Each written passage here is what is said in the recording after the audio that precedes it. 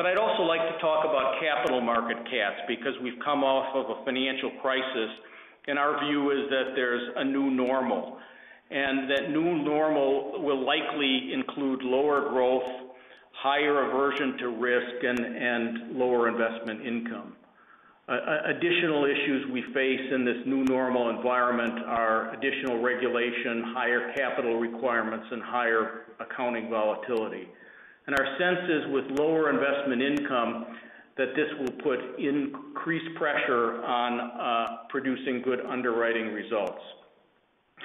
So how has Allianz positioned itself for these market cats? Well, we plan to continue to focus on high-quality investment portfolios and particularly diversification. And Bob, I think with that, it probably leads into the second topic, which is climate change. Right. Thank you, Jay. And it certainly does lead quite naturally into this topic of climate change, where insurers are playing a very, very important role and will continue to play a very important role, both in terms of mitigating the risk and providing insurance solutions.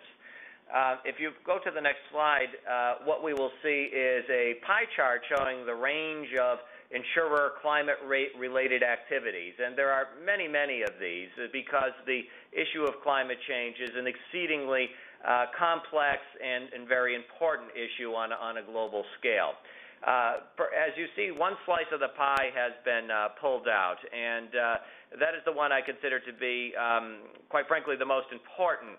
And this speaks directly to insurers' principal role as an entity which analyzes and manages risk. And in order to do that, we have to have certain capabilities, but we have to provide innovative insurance products that allow businesses and individuals who have risks which they do not wish to carry for those risks to be transferred or mitigated in some kind of a way. And hence, that is the fundamental role of insurance, and that's what we see at least the plurality of insurers being involved in today. Most are involved in many of these areas. I think it's very key, as it notes on this slide through some of the bullet points, that there are many different dimensions. Many people have heard about green insurance and green homes and providing coverage. You might imagine as you drive past hillsides covered with wind turbines, those have to be insured. What you don't see is the infrastructure that needs to be insured along with that, for example. What you certainly don't see is the fact that along with the issue of climate change, we are raising a whole host of liability-related issues that need to be addressed. And now, very recently, we have directors and officers coverage that can cover climate-related risks. There are issues related to political risk. There are professional liability issues here and other sorts of environmental liability issues that most have never really contemplated. A good example would be toxic substances which actually leak out of biofuel plants. So there need to be insurance solutions all along the way. And I know Jay will talk about it in more detail, but innovative types of policies which cover homes and which can cover automobiles.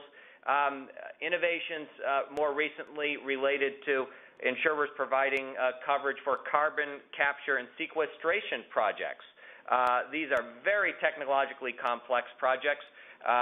First few are just underway in the world, but insurers are providing solutions there. I think what we know is a mega trend will be is that insurers are going to take a very holistic approach to this, and just as they do with any new and evolving technology or industry, they provide solutions that are necessary to allow these technologies to flourish. And so if we, yes, might need to hit it one more time, please. Okay, you have to go back. Well, there's apparently the graphic is actually missing on here, but what you see, or if you print this out later, what you will see is actually a trend chart which shows energy production by fuel source.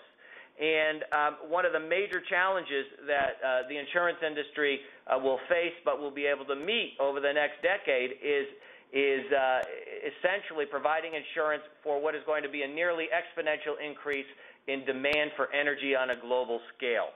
not only in the United States, but of course around the world. And this is across all different types of fuel sources. So while there's an enormous focus on renewable energy sources, whether that be wind or solar or tidal or anything like this, the reality is the majority of the global energy demand is going to be satisfied through expanding fossil fuels. And insurers will need to continue to provide the insurance that's necessary for these existing technologies, but these technologies themselves will transform dramatically as they become cleaner and more efficient. But also, potentially, there are liability issues that will need to be addressed as we move further into this era where climate change concerns are first and foremost. So I believe if we move to the next slide, then we'll be back to you, Jay, for a discussion on this issue. Okay, thank you, Bob. Our sense is that climate change represents both threats and opportunities for insurers, and the threat is more frequent and severe claims experience, but we see opportunities in new investment classes, such as in solar and wind investments, and we also see new opportunities in terms of offering products for green buildings. If you turn to the next slide, Allianz has structured a number of businesses that touch climate change. We have an Allianz Climate Change Center to promote development of green global products. We have Allianz Global Investors that's involved in investing in green investments. And then on the next slide, we have many of our subsidiaries that are involved in green products. Just in the personal lines auto area, 9 of our countries are involved in, and companies are involved in green products. And in property, it's 13 of our companies that are involved there.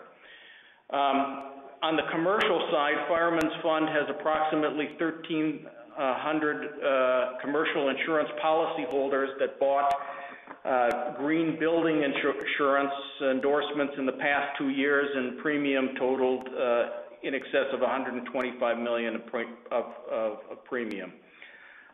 Example, in Europe, German customers can elect an EcoMotion endorsement, which allows them to offset the emissions for their automobiles through a purchase of insurance.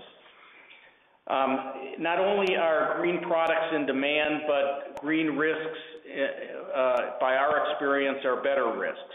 Fireman's Fund has found that in underwriting green risks, then on average they have a more favorable loss experience, and that's in approximately 10 to 20% improvement. And with that, we go to our third mega trend, which is digitalization. And Bob, please take that over. Okay, thank you, Jay. It's certainly hard to do justice this next topic, digitalization. Really, a decade ago, we began the 2000s with basically a deep-seated fear of the wrath of computers with the Y2K issue, which at one time even had the moniker of the Y2K crisis. And as we know, that amounted to very, very little indeed. However, I think there was certainly a sense a decade ago that it would be a transformational decade because of the Internet, because of the spread of digitalization. But I don't think that we could have fully foreseen what would happen in the next decade, and I would, quite frankly, it would be naive of me to presume that I could see clearly to 2020 in terms of where this industry will be.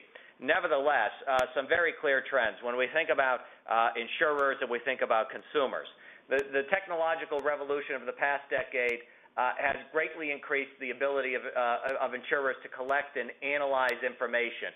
There is absolutely no question that this will continue. And what this has done on net is it's allowed insurers to underwrite risks more quickly, more accurately, less expensively. It's allowed them to underwrite a wider variety of risks than ever before in the hundreds of years of history of this business. We've seen the ability to collect and store and analyze data continue to rise exponentially. The costs associated with doing this are going to continue to fall. And this means that insurer sophistication in discerning and pricing risk will continue to increase. So during the past decade, many people have questioned what are the limits of insurers to be able to ascertain and determine and to measure risk.